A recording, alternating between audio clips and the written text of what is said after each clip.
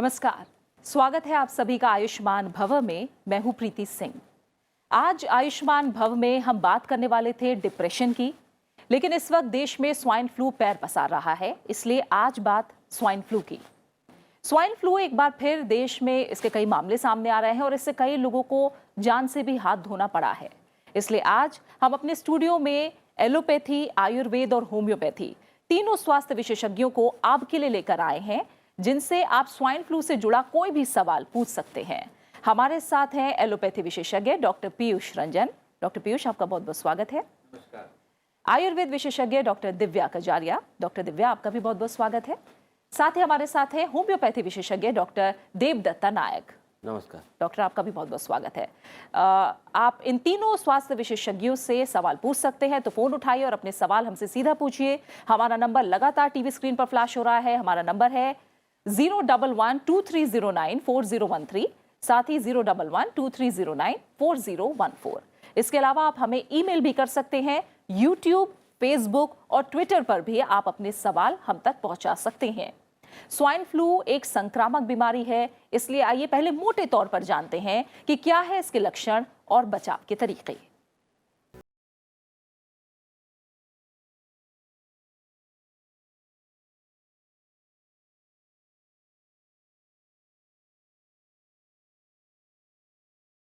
Swine flu श्वसन तंत्र से जुड़ी एक घातक बीमारी है जो सुअरों से फैलती है। ये वायरस उन लोगों में फैल सकता है जो सुअरों के सीधे संपर्क में रहते हैं और फिर इंसानों से इंसान में भी इसका वायरस फैलने लगता है। ये बीमारी जुकाम से जुड़े एक वायरस से पैदा होती है। ये वायरस मोटे तौर पर 4 तरह के होते हैं, जिनमें H1N1 सबसे खतरनाक है और दुनिया भर में यही वायरस सबको अपनी चपेट में ले रहा है। स्वाइन फ्लू एक तेजी से फैलने वाली संक्रामक बीमारी है। जब कोई स्वाइन फ्लू का मरीज छींकता है तो उसके आसपास 3 फीट की दूरी तक खड़े व्यक्तियों के शरीर में इस फ्लू का वायरस प्रवेश कर जाता है। इसलिए इसके मरीज से कम 6 फीट की दूरी बनाकर रखनी चाहिए। अगर संक्रमित व्यक्ति छींकते समय मुंह और नाक को हाथ से ढक लेता है और फिर जहां भी दरवाजे, खिड़की, मेज, कीबोर्ड वगैरह को उस हाथ से छूता है तो वहां ये वायरस चिपक जाता है और फिर वहां से किसी अन्य व्यक्ति के हाथों पर लगकर शरीर में दाखिल हो सकता है। स्वाइन फ्लू के कई लक्षण सामान्य जुकाम जैसे ही होते हैं। इस दौरान तेज बुखार आता है, नाक बहना, नाक जाम होना और छींक आना स्वाइन फ्लू का एक लक्षण है। मांसपेशियों में दर्द या अकड़न भी महसूस हो सकती है। सिर में भयानक दर्द होता है। लगातार खांसी आना भी स्वाइन फ्लू का लक्षण है। बहुत ज्यादा थकान महसूस होना, बुखार होना, दवा खाने के बाद भी बुखार का लगातार बढ़ना, गले में खराश होना और इसका लगातार बढ़ते जाना स्वाइन फ्लू का अहम लक्षण है। कुछ बातों का ध्यान रखकर स्वाइन फ्लू को खुद से दूर रखा जा सकता है। इसके लिए भीड़ भाड़ वाले सार्वजनिक जगहों पर ना जाएं, बिना मास्क पहने अस्पताल में दाखिल ना हों, अनजान लोगों से हाथ मिलाने और गले मिलने से बचें, खुली जगहों पर ना थूकें, खांसते समय मुंह को ढकना ना भूलें, खांसने, छींकने या नाक साफ करने के बाद आंख, नाक और मुंह पर हाथ ना लगाएं। शरीर के ये हिस्से सबसे जल्दी फ्लू की चपेट में आते हैं। कमजोर इम्यूनिटी वाले लोगों को ये आसानी से अपनी चपेट में ले सकता है। लिहाजा अपनी इम्यूनिटी का ख्याल रखकर हम काफी हद तक खुद को सुरक्षित रख सकते हैं। आयुष्मान भव, राज्यसभा टीवी। तो स्वाइन फ्लू से जुड़ा आपका कोई भी सवाल है तो आप हमें फ़ोन मिलाइए। हमारे साथ 3 स्वास्थ्य विशेषज्ञ मौजूद हैं। डॉक्टर दिव्या, अगर पहले आपसे शुरुआत करूं, जैसे हमने बताया भी कि स्वाइन फ्लू और जो आम फ्लू है, सर्दी जुकाम के लक्षण काफ़ी सामान्य हैं। ऐसे में किस तरह से पहचाने कि ये स्वाइन फ्लू हो सकता है या कितना गंभीर हो सकता है?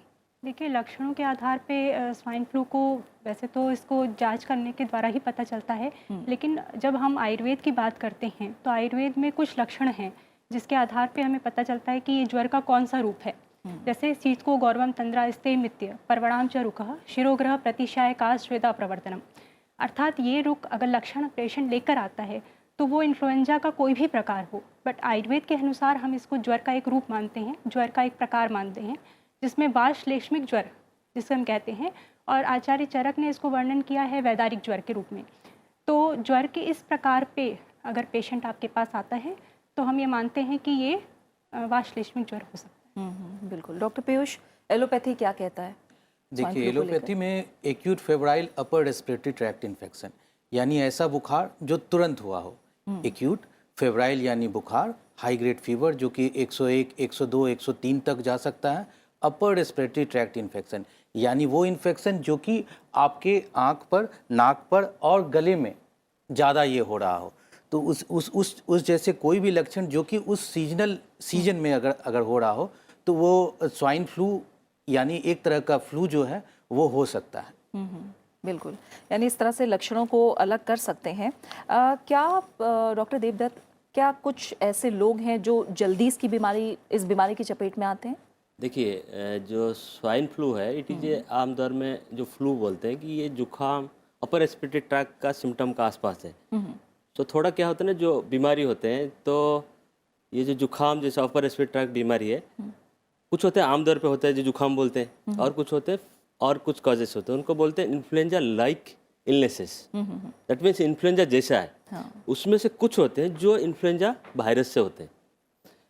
जहाँ हम बात करते हैं कि इन्फ्लुएंजा कौन सा लोगों को ज़्यादा होता है, इसमें ज़्यादा आते हैं बच्चे, infants, up to school going बच्चे। देन जो रिस्क ग्रुप में आते हैं एल्डरली आते हैं, 60-65 पे हो, और कुछ हैं जिनका इम्यून कॉम्प्रोमाइज्ड है, जैसे HIV है, कैंसर है, या कुछ लोग जो स्टीरॉयड का कंटिन्यूस थेरेपी पे है। और इसको लेते हुए अगर आप देखेंगे then pregnant lady also comes under risk group में आते हैं। इनको अगर होता है तो देन आउटकम उसका ज़्यादा गंभीर होता है।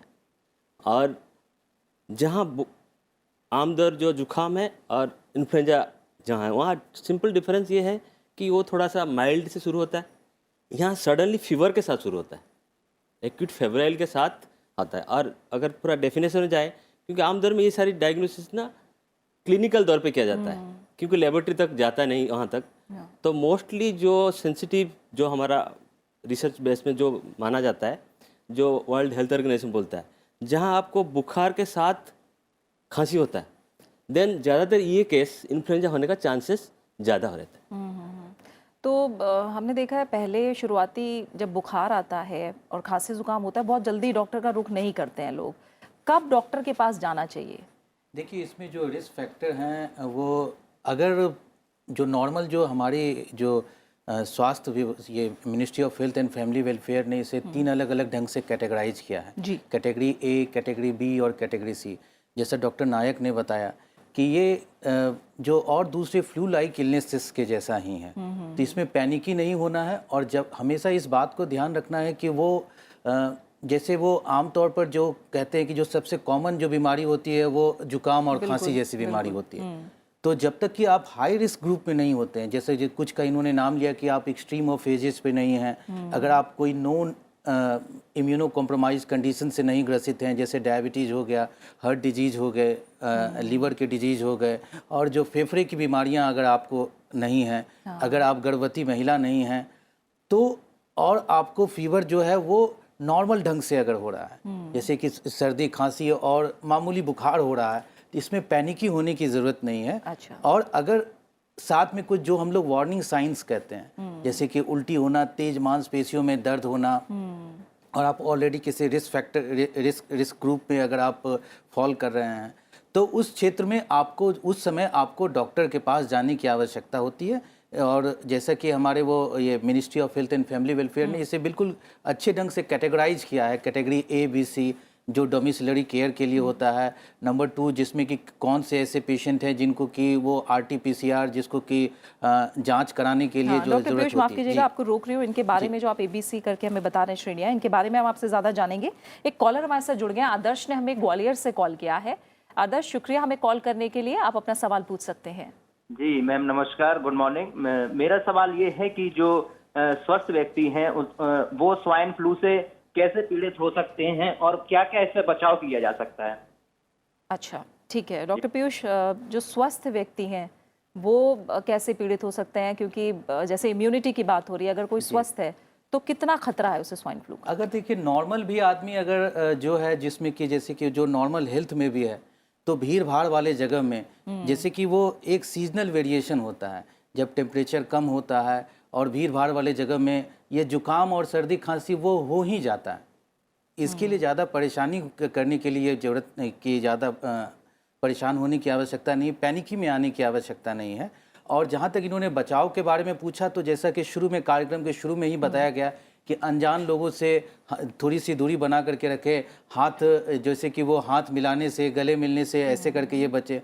और जब देखी कि वो जैसे कि देश के कुछ हिस्सों में हम लोग बार बार सुन रहे हैं कि जहाँ पर कि ज़्यादा केसेस आ रहे हैं, तो ऐसे जगह पर जो है वो जो कॉमन जैसे टॉयलेट वाली जो जगह हुई, उसके बाद बार बार हाथ को धोना, जब कभी भी अपने चेहरे को, नाक को इस तरह से बार बार छूने से ये बचना, ठीक है। और जब कभी भी जैसे हमारी संस्कृति में कहा गया है, हाथ मिलाने के बजाय दूर से नमस्ते करना। तो when ever you greet someone तो नमस्ते कीजिए, हाथ मिलाने से इस सीजन में थोड़ा सा परहेज कीजिए। बिल्कुल, यानी क्योंकि संक्रामक बीमारी है इसलिए संक्रमण फैल सकता है। पंजाब से कॉलर हमारे साथ जुड़े हैं, सतीश ने हमें कॉल किया है। सतीश, शुक्रिया हमें कॉल करने के लिए। आप सवाल पूछ सकते हैं अपना। My question is that if a patient has been treated for swine flu, क्या उसको दोबारा इसका होने का चांस या रिस्क फैक्टर ज्यादा है? बिल्कुल सतीश, हम जानेंगे। डॉक्टर दिव्या, जिसको स्वाइन फ्लू हो गया है उसके बाद उसका ट्रीटमेंट हुआ है, क्या दोबारा उसको स्वाइन फ्लू का खतरा उतना ही रहता है? यहाँ पे मैं अभी जैसे डॉक्टर रंजन ने कहा उसी बारे में बताना चाहूँगी कि स्वाइन फ्लू के बारे में पैनिक नहीं होना चाहिए। देखिए, बॉडी इम्यूनिटी एक शब्द है जिसका मतलब होता है कि जो वायरस हैं या बैक्टीरिया या जीवाणु या विषाणु को शरीर में प्रवेश से रोकने का माध्यम। शरीर के पास अपनी एक व्याधि निरोधक क्षमता होती है और आपका शरीर यानी ह्यूमन बॉडी का जो सिस्टम है वो एक मतलब प्रकृति की तरफ से स्वाभाविक रूप से आपको एक डिफ़ॉल्ट सेटिंग मिली है स्वास्थ्य के लिए। मतलब व्यक्ति, आपका जो शरीर है वो खुद स्वास्थ्य के और बढ़ा रहता है, वो स्वस्थ रहने की हर मुमकिन कोशिश करता है। ऐसा बहुत कम होता है कि स्वास्थ्य तभी खराब होता है जब आपकी इम्यूनिटी कम होती है। तो आप अपने बॉडी में किसी भी वायरस या बैक्टीरिया को एंट्रेंस आप स्वयं परमिशन देते हैं। अगर आप ये चाहते हैं कि आपकी इम्यूनिटी वीक ना हो तो कुछ उन कारणों का प्रयोग ना करें जिनसे कि बॉडी इम्यूनिटी कम होती है। जैसे समय पे खाना खाना, खाना सुपाच्य होना चाहिए, गर्म होना चाहिए, प्रसन्नचित होकर खाएं, क्योंकि खाने से अभी एक रिसर्च हुई है जिसमें ये पता चलता है कि गट फ्लोरा, मतलब जो आपकी शरीर के अंदर की जो फ्लोरा है उसका इम्यूनिटी से बहुत लिंक है। अगर आपकी स्वास्थ्य ठीक रखना चाहते हैं तो आपका शरीर में अग्नि का समान होना बहुत ज़रूरी है। इसीलिए आयुर्वेद में कहते हैं रोगा सर्वे अपि मंदाग्नि सुत्रामुद्राणितु, मतलब कोई भी रोग तब तक संभव नहीं है जब तक आपका उदर ठीक है। बिल्कुल। और डॉक्टर दिव्या, आपसे जानेंगे इम्यूनिटी बढ़ाने के लिए हम किस तरह का खान पान अपनाएं, इसके बारे में भी विस्तार से जानेंगे। गौरव ने हमें दिल्ली से कॉल किया है। गौरव, शुक्रिया कॉल करने के लिए। सवाल पूछ सकते हैं आप अपना। मैडम, मेरे को एक्चुअली चेस्ट में बर्निंग सेंसेशन होता है और कॉन्टिन्यूस खांसी आती है। तो ये मैंने अभी मतलब एक हेमाटोग्राम ब्लड टेस्ट हुआ था, उसमें बैक्टीरियल इन्फेक्शन आया। तो क्या ये हो सकता है, मतलब स्वाइन फ्लू के लक्षण है या? ये कितने दिन से है आपको गौरव? ये 3-4 दिन से ऐसा है, लेकिन मेरे को कोई फीवर वगैरह कुछ भी नहीं है। अच्छा, डॉक्टर देवदत्ता, ये बैक्टीरियल इन्फेक्शन इनको आया है? तो स्वाइन फ्लू जो है बेसिकली वायरल इन्फेक्शन है। अच्छा। तो आमतौर पर अगर उनको बैक्टीरियल इन्फेक्शन आया, डेफिनेटली ये स्वाइन फ्लू हो ही नहीं सकता। अच्छा, फिर भी अगर आप इन्हें कुछ एहतियात देना चाहें, क्योंकि कह रहे हैं बर्निंग सेंसेशन होता है, खांसी आती है, जाके अपना जो नियर बाई जो सलाह करें और उसके लिए अपना परहेज करें, प्रॉपर दवाई लें और इलाज कराएं ताकि वो आगे ना बढ़े। हाँ, क्या ऐसा भी है डॉक्टर पीयूष कि जो मान लीजिए किसी से संक्रमण हो गया, उसके लक्षण आने में क्या ऐसा है कि किसी को कम दिन में सामने आए, किसी को ज़्यादा दिन में सामने आए, क्या ऐसा भी होता है? जी हाँ, इसके लिए हम लोग इंक्यूबेशन पीरियड कहते हैं। अच्छा। इंक्यूबेशन पीरियड 1 से लेकर 7 दिन तक होता है। ये इंक्यूबेशन पीरियड का मतलब कि अगर आप किसी ऐसे मरीज के संपर्क में आते हैं जो कि ऑलरेडी स्वाइन फ्लू से ग्रसित है, तो उसमें जब पहली बार आपका ड्रॉपलेट इन्फेक्शन हुआ तो उसके बाद 1 दिन से लेकर के 7 दिन तक उसके रोग के लक्षण आने में होता है। ये एक्सट्रीम हो गया। अमूमन 2 से लेकर 5 दिनों तक के बीच में जो है इसके लक्षण आने शुरू हो जाते हैं। ठीक है, यह ऐसा इसलिए इम्पोर्टेंट है क्योंकि ये 2009 के आसपास में ये पहली बार जब इंडिया में पैंडेमिक हुआ था, तब उस समय लोग ज़्यादा इसके लिए वो परेशान थे, पूरे देश की सरकार और हम लोग सभी लोग स्वास्थ्यकर्मी परेशान थे। अब ये हमारी सोसाइटी में ये इन्फेक्शन बहुत ज़्यादा ये हो चुका है, तो इसका मतलब क्या हुआ कि एक बार होने के बाद अमूमन ये लाइफ लॉन्ग इम्यूनिटी देता है। अच्छा, ठीक है, जो इसका H1N1 इन्फेक्शन का ये जो वायरल ये इन्फ्लुएंजा जो वायरस के अगेंस्ट इम्यूनिटी लाइफ लॉन्ग होता है, अनलेस कि वो वायरस में जो है जो वो तुरंत में जो है कोई जेनेटिक चेंज ना हो जाए या इम्यूनिटी दोनों में कम ना हो जाए। ठीक है, तो ये जो ड्यूरेशन का जो 1 से 7 दिन है, अगर आप किसी ऐसे ये जाते हैं मरीज के संपर्क में या मिलने जाते हैं जिसे बाद में पता चलता है कि वो उसे तो ये स्वाइन फ्लू डिटेक्ट हो गया है, तो पैनिक ही ना हो। अगर वो ड्यूरेशन ख़त्म हो गया तो फिर उसके बाद ये हो जाए। दूसरा यह भी है कि जब किसी भी मरीज को होता है तो पहले लक्षण आने के 1 दिन पहले से लेकर के जब वो बुखार होना शुरू होता है, लक्षण होना शुरू होता है, तो उसके 5 से 7 दिन बाद तक वो वायरस को डिसेमिनेट करता है। तो ये दोनों पब्लिक हेल्थ के दृष्टिकोण से यह बात आवश्यक है कि कब तक आप इन्फेक्टिव हो सकते हैं और कब तक जो दूसरे मरीज से आपको इन्फेक्शन हो सकता है। अच्छा, ठीक है। दिलीप कुमार ने हमें कॉल किया है, झारखंड से हमारे साथ जुड़े हैं। दिलीप, शुक्रिया कॉल करने के लिए। हमें सवाल पूछ सकते हैं आप अपना। दिलीप, आप तक आवाज आ रही है? जी जी मैडम, मैं बताना चाहता कि जो स्वाइन फ्लू का हो गया है किसी पे, तो फिर उसका उपचार कैसे संभव है? अच्छा, आप ये बताइए, आप आयुर्वेद, होम्योपैथ और एलोपैथी तीनों विशेषज्ञ हमारे साथ, कौन सा इलाज जानना चाहेंगे आप? आयुर्वेदिक उपचार का। हाँ, डॉक्टर दिव्या, स्वाइन फ्लू अगर किसी को हो गया है तो वो क्या करे? देखिए, 2 तरह के उपचार हो सकते हैं। एक तो ये होता है कि जैसे कि अभी हम लोग बहुत बात कर रहे हैं इम्यूनिटी की, तो इम्यूनिटी में एक चीज़ जैसे डॉक्टर रंजन ने भी बताया कि आपके पास लाइफ लॉन्ग एक एंटीबॉडीज़ बन जाती हैं जिससे प्रतिरोध क्षमता उत्पन्न हो जाती है। दूसरा, आयुर्वेद ये कहता है कि ऋतु अहोरात्र दोषाणाम मनश्च बलबलातः, मतलब आपके ऋतु के अनुसार, दोष के अनुसार, मन के अनुसार और आपके बल के अनुसार ये कितना रोग आपके में लक्षित होगा और किस प्रकार से उसका निरोध होगा, इस पे डिपेंड करता है। तो 2 तरह से हम लोग इसका करते हैं। एक तो ये होता है कि रोग को समीपस्थ मार्ग से निकाल दिया जाए, जैसे कि अभी एक रिसर्च स्टडी हम लोगों संस्थान में हुई है, उसमें 200 पेशेंट पे स्टडी की गई। अच्छा। तो ये देखा गया कि सिर्फ एक सिंपल प्रोसीजर जिसको हम लोग नासा प्रक्षालन कहते हैं, उसमें क्या होता है कि नेजल रूट में, मतलब नोज़ के एक्सटर्नल पार्ट को ही से वॉश करते हैं सब मेडिसिन से डिकॉक्शन बना के। तो नेज़ल स्वैब को जो बिफोर ट्रीटमेंट, मतलब नासा प्रक्षालन देने के पहले जब स्वैब लिया गया और जब नासा प्रक्षालन करने के तुरंत बाद स्वैब लिया गया, तो स्टैफिलोकोकस एरियस जो था पूरी तरह कम्प्लीटली ख़त्म हो गया। मतलब सिर्फ इस एक सिंपल प्रोसीजर से ही बैक्टीरियल वायरस की जो अंदर इंट्रेंस है वो रोकी जा सकती है। दूसरा सिंपल तरीका ये है कि कुछ घरेलू उपचार भी किए जा सकते हैं, जैसे कि आयुर्वेद में कहा गया है कि अगर विषम ज्वर हो तो लहसुन और तिल का तेल यूज़ किया जा सकता है।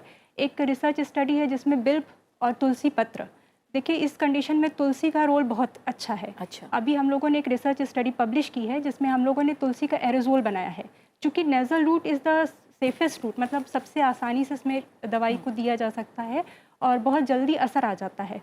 तो इसमें एरोजोल दिया गया और 3 दिन के अंदर पूरी तरह से सिम्टम्स खत्म हो गए। किसी भी तरह का URTI, मतलब upper respiratory tract infection, pneumonia, coryza, इस तरह के सारे लक्षण पेशेंट में ख़त्म हुए।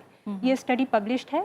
इसके अलावा कुछ और सिंपल तरीके हो सकते हैं, जैसे आयुर्वेद ये कहता है कि अगर ज्वर हो तो लंघनम, श्वेदनम, कालो, यवागु, तिक्तको रसः, मतलब एक तो ये सेल्फ लिमिटिंग होता है, मतलब काल से। दूसरा ये भी कर सकते हैं लंघन, मतलब पहले 3 दिन में कम से कम आप अपनी बॉडी की इम्यूनिटी को, सेल्फ डिफेंस पावर को ही स्ट्रॉन्ग करें, बॉडी को समय दें कि वो इम्यूनिटी आपकी जो नेचुरल डिफेंस पावर है वो काम करे। उसके लिए कुछ एक दवाइयाँ हैं जैसे कि पिपली, सोठ, जो कि दीपन पाचन के लिए यूज़ होती है।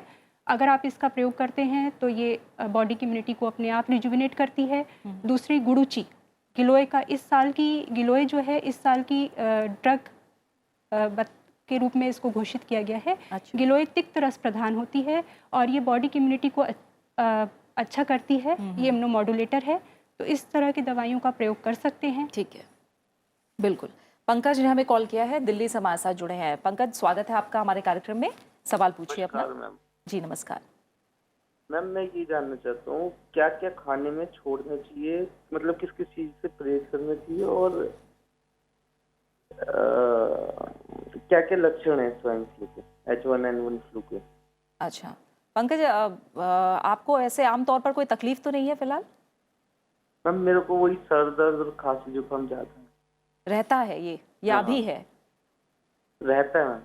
अच्छा, डॉक्टर दिव्या, सिर दर्द और खांसी इनको रहती है, तो ये जानना चाह रहे हैं किन चीज़ों से परहेज करना चाहिए और क्या लक्षण हैं?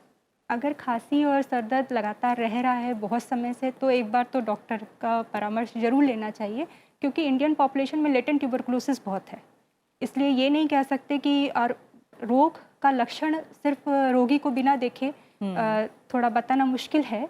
तो मैं तो इनसे ये कहूँगी कि जैसे अगर आप देखिए, रोगों को निकालने का भी एक उपाय है। हमारे यहाँ एक प्रधमन नस्य होता है, उसमें क्या होता है, मेडिसिन को नेजल रूट के द्वारा फ्लो करते हैं। तो उससे क्या है, स्नीजिंग होती है, मतलब नेजल जो म्यूकोजा है वो इरिटेट हो जाती है और स्नीजिंग आउट होती है, मतलब छींक आती है, और जो शरीर के ऊपर जितने भी इन्फेक्शन है वो अपने आप निकल जाते हैं। हाँ। इससे अभी स्टडी में देखा गया कि एस यानी कि एब्सोल्यूट इस्नोफिल काउंट, जो बिफोर ट्रीटमेंट और आफ्टर ट्रीटमेंट, इसमें बहुत सिग्निफिकेंट चेंज है। तो मैं तो इनको रिकमेंड करूंगी कि आप एक बार प्रधमन ले लीजिए। ये मुश्किल से 5 मिनट का समय लगता है इसमें, और 3 एपिसोड में, मतलब 3 बार लेने से ये पूरी तरह से खत्म कर देगा, ठीक हो जाएंगे। ठीक है डॉक्टर देवदत्ता, होम्योपैथी में किस तरह का इलाज है स्वाइन फ्लू के लिए? देखिए, स्वाइन फ्लू एक्सप्रेशन, क्योंकि सारे जो लक्षण है जैसे स्वाइन फ्लू का, हर मरीज में एक ही तरह का नहीं आता। हाँ। और जब बीमारी आता है, बीमार का लक्षण के साथ और कुछ होते हैं जो पेशेंट स्पेसिफिक होता है। जैसे किसी को ज़्यादा प्यास लगता है, किसी को प्यास कम हो जाता है। ये सारे लेते हुए हम उनको अपना एक मेडिसिन चुनते हैं जो ज़्यादा सिमिलर होता है, जो हमारा बेसिक थ्योरियल सिमिलर कंडीशन में जो सिमिलर सिम्टम ड्रग है उसको देते हैं। आमतौर पे अगर हम हिस्टोरिकली देखें, जो 1980 में सबसे बड़ा फ्लू जो इन्फ्लुएंजा आउटब्रेक हुआ था, स्पेनिश फ्लू, जिसमें अराउंड 50 मिलियन लोग मर गए थे ऑल ओवर वर्ल्ड। तो उसमें इट वाज, तब अमेरिका में ये होम्योपैथी वाज बहुत प्रिवेलेंट था, मतलब यूज हो रहा था। तब इनका जो डेथ रेट था जब ट्रीटमेंट हुआ होम्योपैथी इस तरह का बीमारी में, इट वाज अराउंड 2%। अच्छा। लेकिन उन कंपैरिजन जो साइडवेज जो दैट टाइम जो अदर मेडिसिन सिस्टम था, it was around more than 20%। और जो हमारा आज का जो इंडियन कंटेक्स्ट में ड्यूरिंग 2009 में जो आउटब्रेक हुआ था पेंडेमिक, हम उस टाइम हमारा जो research council we have taken, हम उसका पर एक भी स्टडी किए थे। अच्छा। उसमें हम मल्टी सेंट्री किए था all over India, around 10 centre में हमारा एक स्टडी हुआ था, अराउंड 600 पेशेंट पे हुआ था। अगर हम होम्योपैथी कंसल्टेशन में we give medicine based on our principles जो सिलेक्शन करते हैं, देन 1 या 2 दिन के अंदर मरीज को बुखार में कम आ जाता है, खांसी में कम आ जाता है सिग्निफिकेंटली। अगर हम नहीं देते दूसरा, बिकॉज एंटीवायरल सबको दिया नहीं जाता, जैसे कैटेगरी ए है, कैटेगरी बी में सेकंड ग्रुप को छोड़ के नहीं जहाँ नहीं दिया जाता है, तो इस तरह के पेशेंटों को अगर देते हैं विद इन 2 दिन के अंदर उनका लक्षण में बहुत फर्क आता है, दे गेट रिड ऑफ, बिल्कुल, दे गेट कंफर्ट। ठीक है। शिव कुमार ने पंजाब से हमें कॉल किया है। शिव कुमार, स्वागत है आपका भी हमारे कार्यक्रम में, आप सवाल पूछ सकते हैं। मेरा प्रश्न ये है मैम कि अगर young man has been treated for swine flu, तो वो कितने रिस्क जोन में है उसके बाद, ट्रीटमेंट के बाद, और उसको क्या प्रिकॉशन लेना चाहिए? बिल्कुल, डॉक्टर पीयूष, इनके सवाल का जवाब। हाँ, जो स्वाइन फ्लू के लिए जो यूजुअली, जैसा कि डॉक्टर साहब ने भी बताया, ये एक सेल्फ लिमिटेड डिजीज होता है, और जो इसका नेचुरल जो डिजीज प्रोग्रेशन होता है वो 5 से 7 दिन के अंदर में 99% लोगों में जो ये ठीक हो जाता है। और इसका जो टोटल ड्यूरेशन ऑफ जो कि वो स्वाइन फ्लू के लिए जो टेबलेट हम लोग लेते हैं ओसेल्टामिविर, जो कि मोस्ट कॉमनली यूज होता है, वो भी लगभग 5 दिनों तक के ट्रीटमेंट के बाद यह ठीक हो जाता है। ठीक है। और इसमें जो 2 बातें और ज़रूरी हैं, एक तो टोटल ड्यूरेशन ऑफ ट्रीटमेंट के साथ एक ये ठीक हो गया, और जिनमें ज़रूरत हो उसी पेशेंट में इसे ठीक होने की, इसे देने की आवश्यकता होती है। और आमतौर पर एक बार अगर किसी व्यक्ति को हो गया तो ये लाइफ लॉन्ग इम्यूनिटी देता है, जब तक कि उस वायरस स्ट्रेन में जो है कोई जेनेटिक चेंज ना आ जाए। ठीक है। तो जो सिम्टोमेटिक सपोर्टिव ट्रीटमेंट, जिसमें कि हाइड्रेशन को लेना, जैसा कि बार बार हमारे टीवी स्क्रीन पर भी बार बार दिखाया जा रहा है, और दवाई की ज़रूरत कुछ खास वर्ग के लोगों को ही पड़ती है, जो कि डॉक्टरी सलाह से आपको लेनी चाहिए। बिल्कुल। मुनीश कुमार ने हमें कॉल किया है, उत्तर प्रदेश से हमारे साथ जुड़े हैं। मुनीश, शुक्रिया में कॉल करने के लिए। आप सवाल पूछ सकते हैं। जी मैम, मेरा सवाल जो है ये है कि मतलब ये किस ऋतु में सबसे ज्यादा आता है, किस समय में? अच्छा, ठीक है। डॉक्टर दिव्या, मौसम से संबंधित है ये रोग, ये जानना चाहते हैं किस वक्त ये ज़्यादा खतरनाक साबित हो सकता है? देखिए, अगर हम आयुर्वेद की बात करें तो उसमें लिखा है कि ऋतु व अहोरात दोषाणाम मनश्च बलबलात्। इसके अलावा प्रतिशाय इसका एक लक्षण है। स्वाइन फ्लू में अपर रेस्पिरेटरी ट्रैक्ट इन्फेक्शन जैसे लक्षण, फ्लू जैसे लक्षण आ जाते हैं। तो प्रतिशाय के लिए आचार्य ने लिखा है कि संधारण रजो अजीर्ण अतिभाष्य ऋतु वैषम्य, मतलब ऋतु की विषमता होना भी एक कारण है किसी भी प्रकार की इम्यूनिटी को कम करने के लिए और ज्वर को होने में। आज अभी एक कैम्ब्रिज यूनिवर्सिटी में एक शोध हुआ है, वहाँ पे उन्होंने बताया कि जीन्स के एक्सप्रेशन जो हैं वो सीजनल वेरिएशन से प्रभावित होते हैं। मतलब कुछ जीन्स ऐसी होती हैं, खासतौर से वो जीन्स जो इन्फ्लामेटरी कॉज को इन्फ्लेमेशन करती हैं, वो विंटर सीजन्स में ओवर एक्सपोज होती हैं, उनका एक्सप्रेशन विंटर सीजन में बढ़ जाता है। इसीलिए आयुर्वेद में ऋतुचर्या का वर्णन है, मतलब किस ऋतु में कैसा आचरण करना चाहिए, दिन में कैसा आचरण करना चाहिए। जैसे ऋतु के अनुसार अगर आप देखें, इस समय शीतकाल है, शीतकाल में वर्षा भी हो रही है, कुछ जगह भी ओलावृष्टि भी हुई है दिल्ली में, तो ये ऋतु वैषम्य हो गया। अब स्वाभाविक है कि आपके शरीर को इस समय तापमान बनाए रखने के लिए एक्स्ट्रा एनर्जी की ज़रूरत होती है, और एनर्जी ऐसी चाहिए कि आपको आहार की मात्रा नहीं बढ़ानी है परंतु कैलोरी बढ़ानी है। अच्छा। तो जैसे तिल है, गुड़ है और अजवाइन है, इन चीज़ों का सेवन आप कर सकते हैं। इसके अलावा मूंगफली है और अभी बाजरे का आटा है, तो रोटी से अच्छी रहेगी बाजरे का आटा। तो स्वाभाविक रूप से अगर इन चीज़ों का प्रयोग करें तो अच्छा। डॉक्टर पीयूष, अभी मौसम से जुड़ा सवाल था। सवाल ये है कि कुछ खास इलाकों में ही स्वाइन फ्लू के मामले ज़्यादा क्यों आते हैं? हम देखते हैं राजस्थान, दिल्ली, उत्तर प्रदेश, ऐसी ही जगह में ज़्यादा मामले क्यों सामने आते हैं? वजह क्या है? हाँ, इसकी दो वजह हो सकते हैं। सबसे पहला वजह कि वो जिन इलाकों में ये ज़्यादा हुआ है, वहाँ आम तौर पर ठंडक जो है वो देश के बाकी हिस्सों से ज़्यादा पड़ती है। तो ये ऐसा ये देखा गया है कि ये वायरस जो है, जबकि टेम्परेचर जो है 15-16 डिग्री से जब कम रहता है, जब ये ज़्यादा होने लगता है 20-22-24 डिग्री तक, जब टेम्परेचर जब ज़्यादा होता है, तब उस समय जो है ये वायरस खुद ब खुद जो है ख़त्म होने लग जाता है।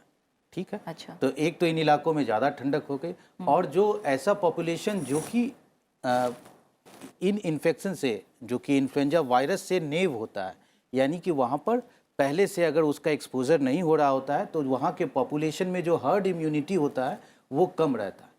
तो इसलिए इन जगहों पर ज़्यादा ये मामले सामने आए। अच्छा, ठीक है। अशोक ने हमें कॉल किया है, कोलकाता से हमारे साथ जुड़े हैं। अशोक, शुक्रिया कॉल करने के लिए। सवाल पूछिए अपना।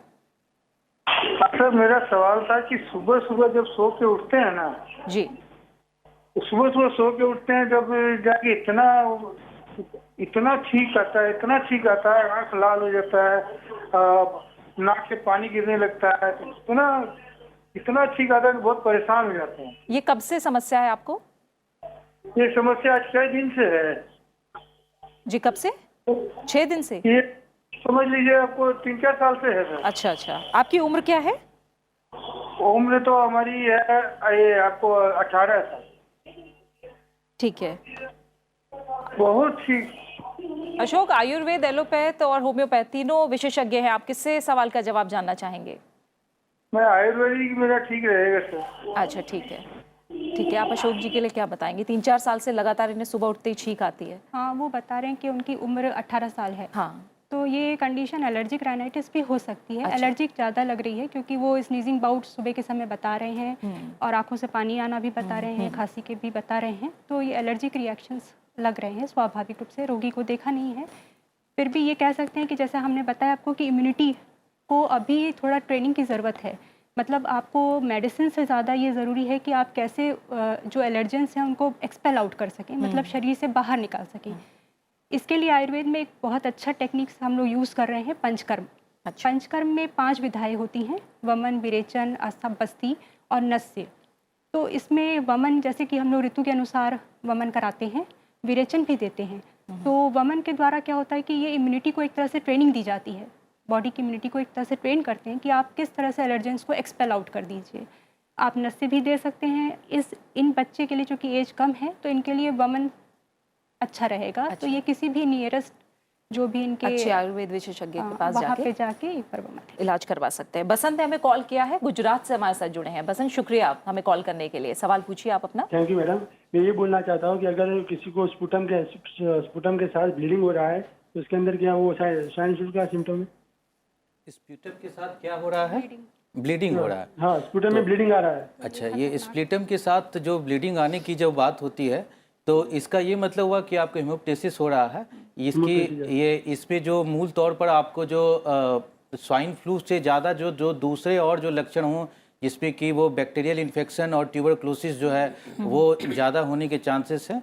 आप नज़दीक के जो है वो स्वास्थ्य केंद्र में जाएं, वहाँ आपका संभवतः आपका वो छाती का एक्सरे कराया जाएगा, जहाँ पर कि निमोनिया के पैच को देखा जाएगा, और उसके आधार पे आपका बलगम का जांच भी कराया जा सकता है, जिसमें एसिड फास्ट बेसिलाई के लिए टेस्ट करेंगे। आपको एंटीबायोटिक या उसके जांच की रिपोर्ट के आधार पर अगर ज़रूरत होगा तो ट्यूबरक्लोसिस के लिए भी आपको जांच और दवाइयाँ दी जा सकती हैं। यानी इन्हें जल्द से जल्द डॉक्टरी सलाह लेनी चाहिए और जांच बिल्कुल, करानी इनको चाहिए। नज़दीक के स्वास्थ्य केंद्र में जाकर के बिल्कुल बसंत, अपने लक्षणों को बिल्कुल नज़रअंदाज ना करें और जल्द से जल्द इलाज करवाएं अपना।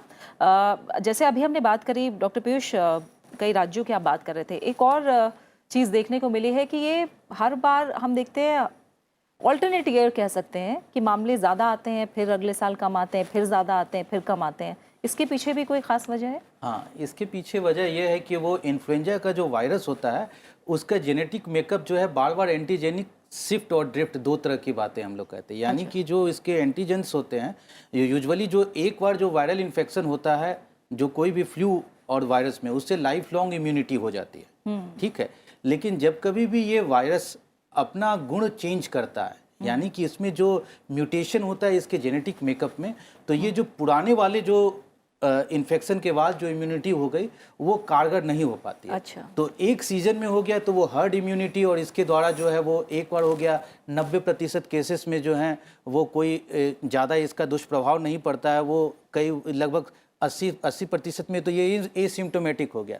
कभी आप शाम को आए, एक दो बार हल्की छींक खांसी आई तो आपको इन्फेक्शन हो गया। इन्फेक्शन अलग चीज़ होती है, डिजीज अलग होता है। इन्फेक्शन मतलब वायरस आपके पास आया, आपका शरीर उसके अगेंस्ट में स्वतः इम्यूनिटी बनाना शुरू कर देता है, खुद लड़ता है, खुद ये इम्यूनिटी उसके अगेंस्ट में एंटीबॉडी बन जाता है। तो वो आपको लगभग 1 साल तक, 1.5 साल तक, जब तक कि वो इन्फ्लुएंजा का वायरस खुद से अपना चरित्र, यानी कि वो उसमें म्यूटेशन नहीं होता है, जिसमें तब तक में वो इम्यूनिटी जो है हर्ड इम्यूनिटी है और पर्सनल इम्यूनिटी है वो कारगर रहती है।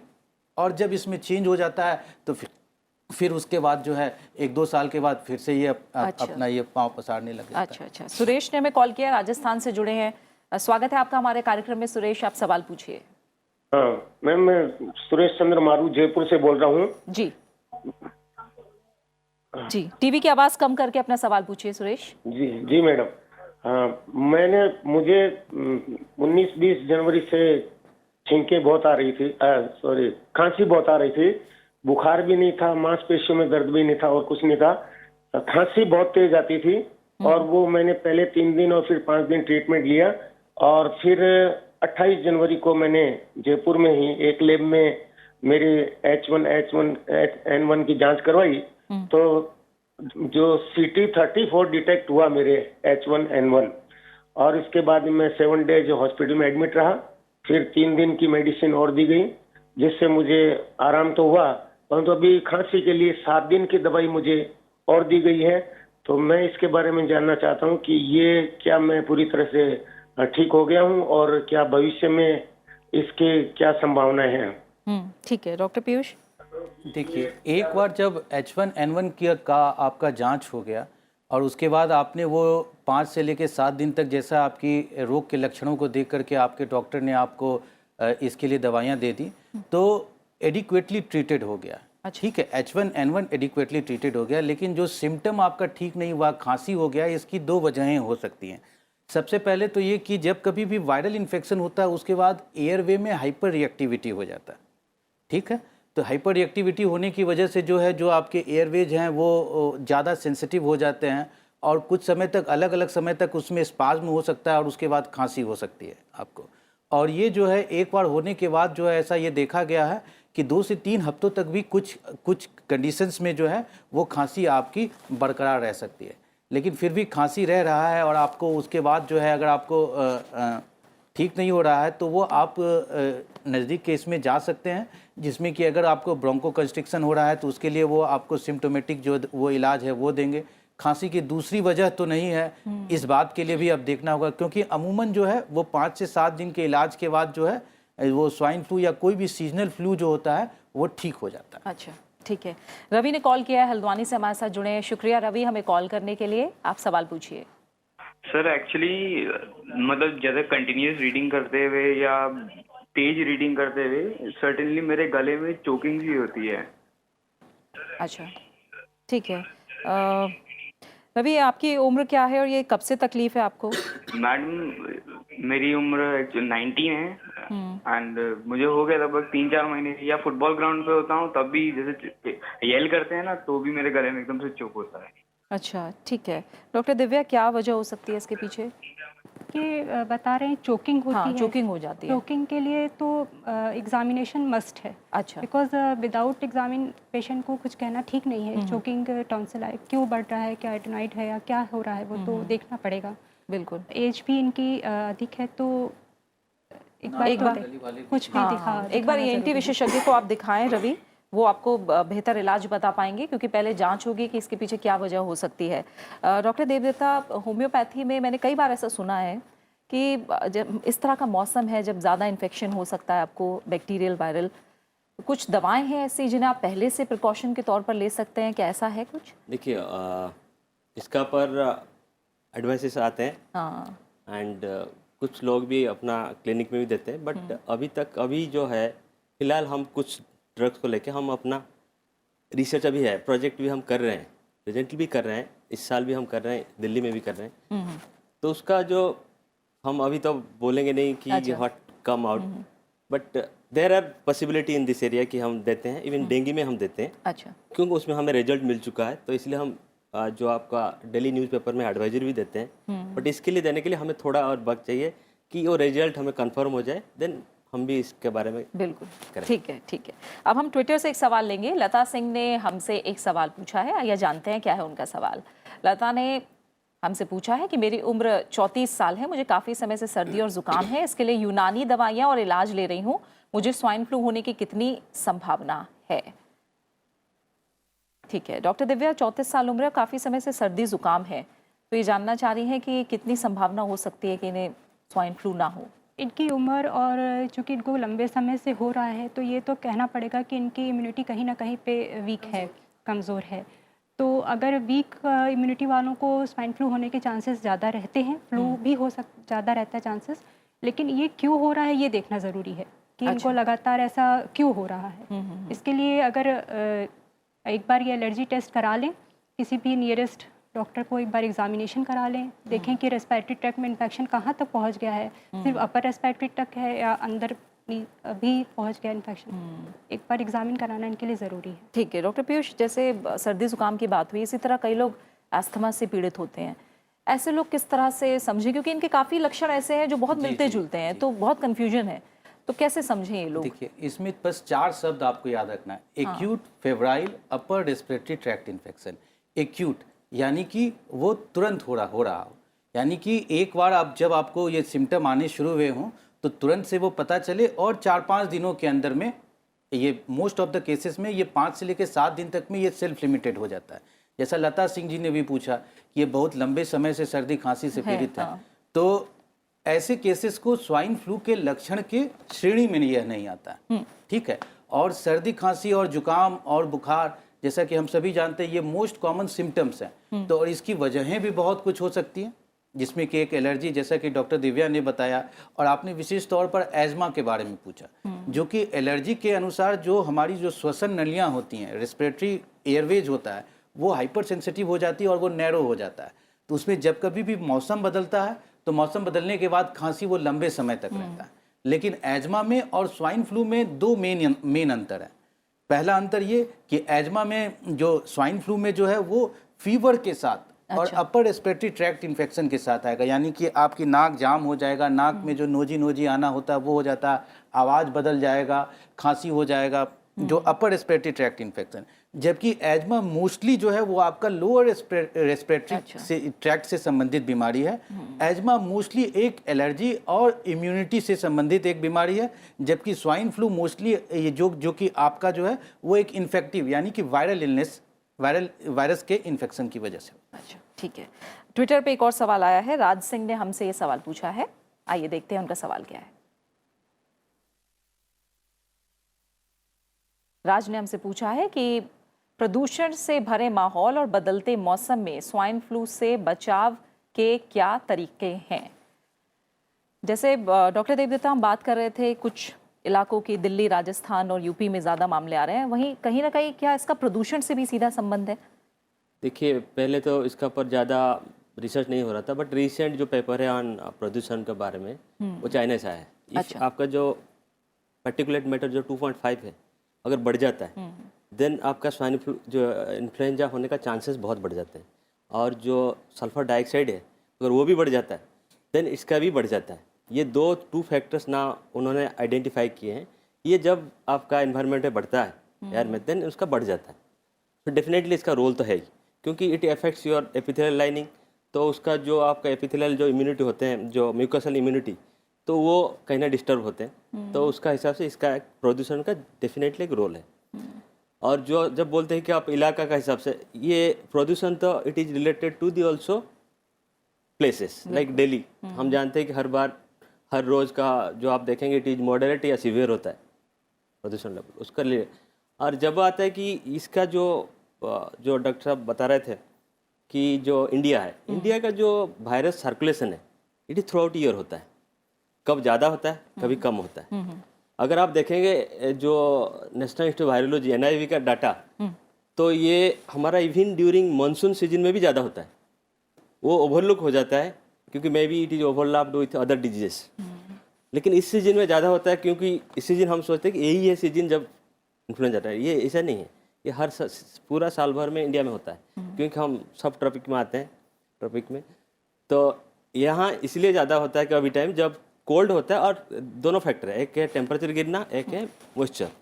इन दोनों का जब मिल जाता है एंड वायरस सर्कुलेट हो रहा है, और एक वायरस होता है जिसका थोड़ा एंटीजेनिक चेंजेस हो गया देन बढ़ जाता है। अच्छा, ठीक है। किशन ने हमें कॉल किया है, बिहार से हमारे साथ ये कॉलर जुड़े हैं। किशन, स्वागत है कार्यक्रम में आपका, सवाल पूछ सकते हैं आप। किशन, आप तक आवाज आ रही है? हेलो जी, सवाल पूछिए। गुलशन यादव नाम है मेरा। जी गुलशन, माफ कीजिएगा, सवाल पूछिए।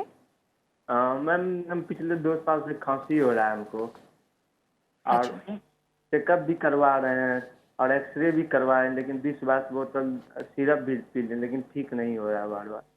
अच्छा, 2 साल से। क्या किसी खास मौसम में होता है या पूरे साल ऐसा होता है? मैम, जैसे ग्रुप में रहते तो नहीं होता है, पढ़ने वक्त होने लगता है।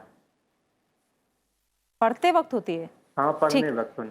ठीक है गुलशन को खांसी की समस्या है, क्या वजह हो सकती है डॉक्टर दिव्या?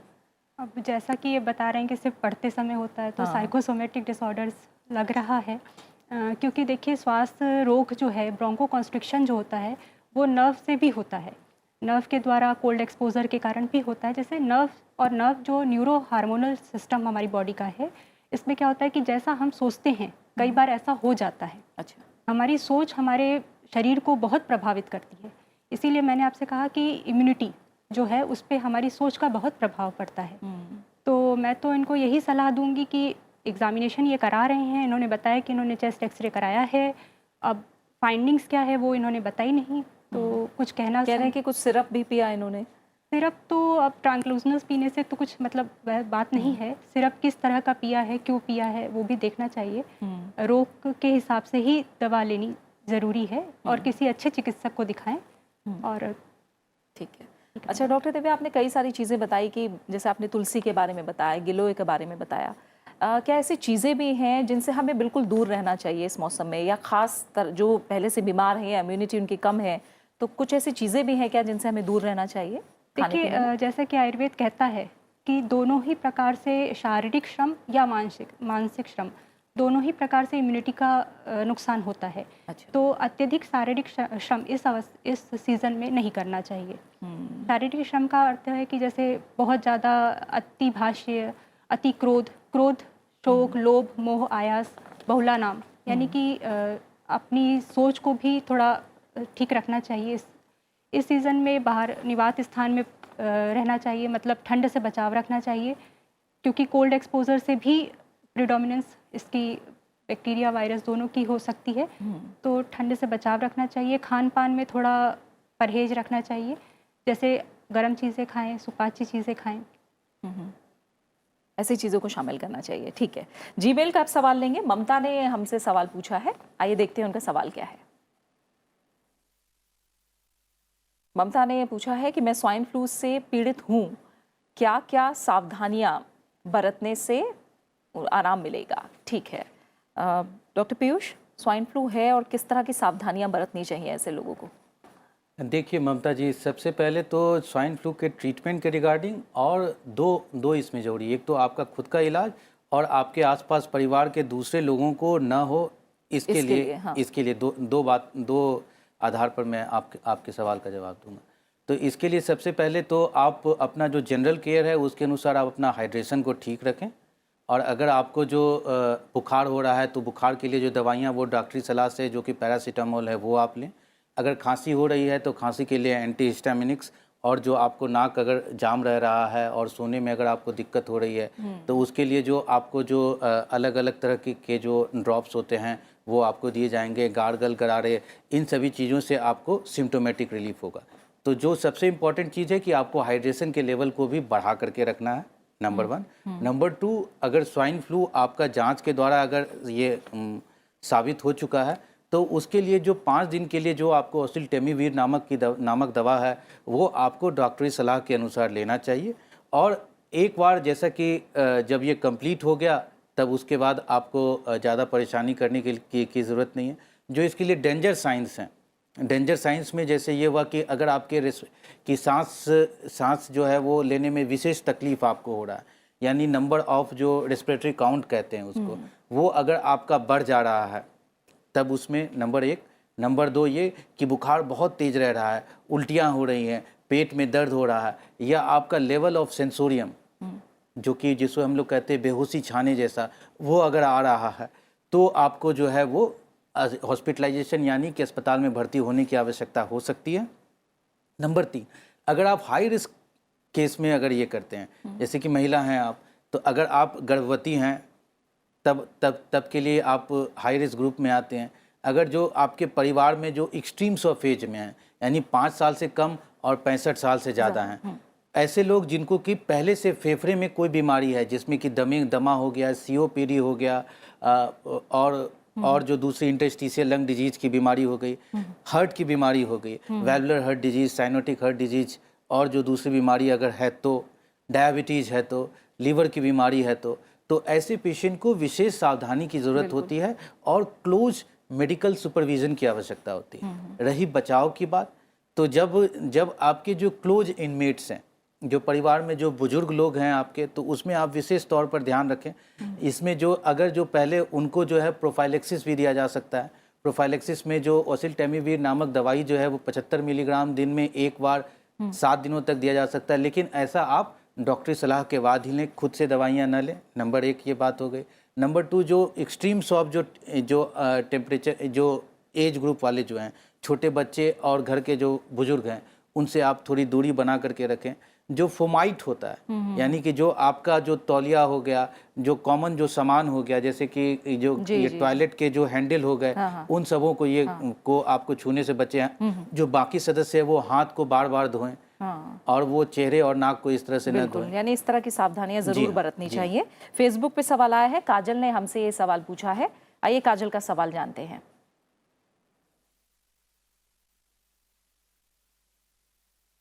काजल ने हमसे फेसबुक के जरिए पूछा है कि मेरी उम्र 32 साल है, मैं स्वाइन फ्लू से पीड़ित हूँ, क्या स्वाइन फ्लू जड़ से खत्म हो सकता है और भविष्य में इसके दोबारा होने की कितनी संभावनाएं हैं? ये सवाल हमसे बार बार पूछा जा रहा है, स्वाइन फ्लू अगर एक बार हो गया है तो दोबारा क्या हो सकता है? डॉक्टर देवदत्ता, इस सवाल के साथ ही मैं ये भी जानना चाहूँगी कि अगर मान लीजिए एलोपैथी इलाज चल रहा है और कोई होम्योपैथी इलाज भी साथ में स्वाइन फ्लू के लिए करना चाहे, तो क्या ये भी मुमकिन है? इसके साथ अगर आप ये भी बताएं। जो सवाल है, swine flu is a self limiting disease, जो डॉक्टर उसने बताया चुके हैं already. It is self limiting. अगर इवन जो 70-80% लोग होते हैं वो उनको होता है एंड दे रिकवर, उनको पता भी नहीं है। और इवन कुछ लोग इन्फेक्शन लेते हैं, वायरस आता है but they don't suffer from disease, infection होता है। तो इसी मामले में देखेंगे तो इट इज़ बॉडी उसको क्लियर कर देता है एंड एक बार जो स्ट्रेन से होता है उसके लाइफ लॉन्ग इम्यूनिटी हमें मिलता है। बट क्वेश्चन आता है कि अगर वो स्ट्रेन, जैसे ऑलरेडी डिस्कस कर चुके हैं, अगर उस स्ट्रेन में कुछ चेंजेस आते हैं तो आपको दोबारा हो सकता है, क्योंकि आपके पास उसके लिए कोई बॉडी का इम्यूनिटी नहीं है, तो आपको वो होने का चांसेस है। सेकंड बात है रहा कि होम्योपैथिक का देने के लिए, देखिए अभी जो रिसेंट कुछ स्टडीज है जिसमें हम इंटीग्रेटिवली दे रहे हैं, जैसे ये भी जब हुआ था आपका 1918, क्योंकि इस तरह के सिचुएशन बहुत कम आते हैं क्योंकि हमारे जो इंस्टीट्यूशन है अलग अलग है, तो हमारे पास जो लोग आते हैं दे टेक एंड उसका पर जो हमारा रिसर्च स्टडी है, जो पब्लिकेशंस है, जो पर्टिकुलर जो 2009 का है जो हुआ था आपका पैंडेमिक इंडिया में, हमने तब 2 या 3 स्टडीज किए थे, वो क्लियर कट होम्योपैथी ही था। अच्छा, क्योंकि लोग हमारे पास आते थे। लेकिन उससे अगर आप दो पार्ट देखेंगे, इंटीग्रेटिव पार्ट, क्योंकि integrative it has better management. तो जब वो 1918 में हुआ था तब भी जैसे एस्पिरिन दे रहा था, ये जो मेजर ड्रग था, उसके साथ ही होम्योपैथी दिया जा रहा था। एंड आज के डेट में दोनों ड्रग देने में देयर इज नो इंटरेक्शन, अभी तक वो एस्टैब्लिश्ड है। इवन हमने डेंगू में दे चुके हैं, जेई में दे चुके हैं, एंड रिजल्ट जो होता है बेटर आउटकम होता है। क्योंकि जहाँ आपका बात आता है कि सिम्टोमेटिक मैनेजमेंट जो ग्रुप ए में आते हैं, जो इन्फ्लुएंजा का, वहाँ आप सिम्टोमेटिक देते हैं, जैसे आपने एंटी पायरेटिक दे दिया, कुछ बॉडी पेन के लिए दे दिया, तो वहाँ क्या होता है ना, होम्योपैथी अगर देते हैं it has a better outcome, हमने दे चुके हैं and we have compared also. ठीक है, ठीक है। एक और सवाल यूट्यूब पर आया है, पीयूष मिश्रा ने हमसे ये सवाल पूछा है। पीयूष मिश्रा ने पूछा है कि मैं दिल्ली मेट्रो और पब्लिक ट्रांसपोर्ट में सफ़र करता हूँ, ऐसे में स्वाइन फ्लू और अन्य संक्रमणों से बचने के उपाय बताएं। ठीक है डॉक्टर दिव्या, ज़्यादातर हमने देखा है, मेट्रो में मैं भी सफ़र करती हूँ कई बार, आजकल लोग मास्क का बहुत ज़्यादा इस्तेमाल कर रहे हैं, तो इस तरह के एहतियात कितने कारगर होते हैं? जैसा कि आपके यहाँ शुरू में भी दिखाया गया है कि बार बार हाथों को साफ़ करना चाहिए, क्योंकि मेट्रो पे हम कॉमन सीट यूज़ करते हैं, कई बार वो पकड़ते हैं, जो हैंडल होता है वो भी कई लोग उसको पकड़े रहते हैं, तो ये हाथ से संक्रमण फैलता है, नेज़ल रूट से भी, छींकने से, खांसने से दूसरों में फैल सकता है। तो ऐसे में हम तो यही कहेंगे कि इम्यूनिटी को बढ़ाने के साधनों का उपाय करिए, क्योंकि बचाव ज़रूरी है। बचाव को बचाने के लिए सबसे ज़्यादा ज़रूरी है कि आपकी अपनी सेल्फ डिफेंस पावर जो है वो मजबूत हो। तो जैसे इस सीज़न में च्यवनप्राश बहुत अच्छा कार्य करता है, आंवला विटामिन सी रिच सोर्स है और ये बॉडी के जो बैरियर सिस्टम है उसको पोटेंशिएट करता है, उसको लाभ देता है। लेकिन आंवला चूँकि शीतवीर्य है तो ठंड के मौसम में उसको एकदम से प्रयोग करना ठीक नहीं होता है, इसलिए उसके साथ उष्ण औषधियों का मिला के दिया जाता है, जैसे च्यवनप्राश। च्यवनप्राश अगर आप 1 चम्मच सुबह शाम ले लेते हैं तो वो बहुत अच्छी इम्यूनिटी को ठीक करने के लिए सबसे अच्छा साधन है इस सीज़न के लिए। बिल्कुल, यानी पोषक खाना, पोषक तत्वों से भरपूर खाना जितना खाएंगे आपका शरीर उतना मजबूत होगा और आप रोगों से उतना ज़्यादा दूर भी रह सकते हैं। फिलहाल मैं तीनों मेहमानों का बहुत बहुत शुक्रिया कहना चाहूँगी इस बीमारी को लेकर हमारे दर्शकों के सवालों के जवाब देने के लिए। तो आपने देखा कि स्वाइन फ्लू के लक्षण पहली नज़र में सामान्य सर्दी जुकाम जैसे लगते हैं, इसलिए छोटी सी परेशानी को हल्के में ना लें। बस ज़रूरत है कि इसके लक्षणों के बारे में जानें और थोड़ी सावधानी बरतें ताकि इस बीमारी से बचा जा सके। और इससे बिल्कुल घबराएं नहीं, क्योंकि इसका इलाज पूरी तरह संभव है। अगले अंक में बात होगी डिप्रेशन की और इसके निदान और बचाव की। आप हमसे फ़ोन के अलावा ईमेल, फेसबुक और ट्विटर पर भी जुड़ सकते हैं। साथ ही यूट्यूब पर इस कार्यक्रम को देखकर अपनी राय और सुझाव हमारे साथ साझा भी कर सकते हैं, हमें इसका इंतजार रहता है। फिलहाल दीजिए इजाज़त, नमस्कार।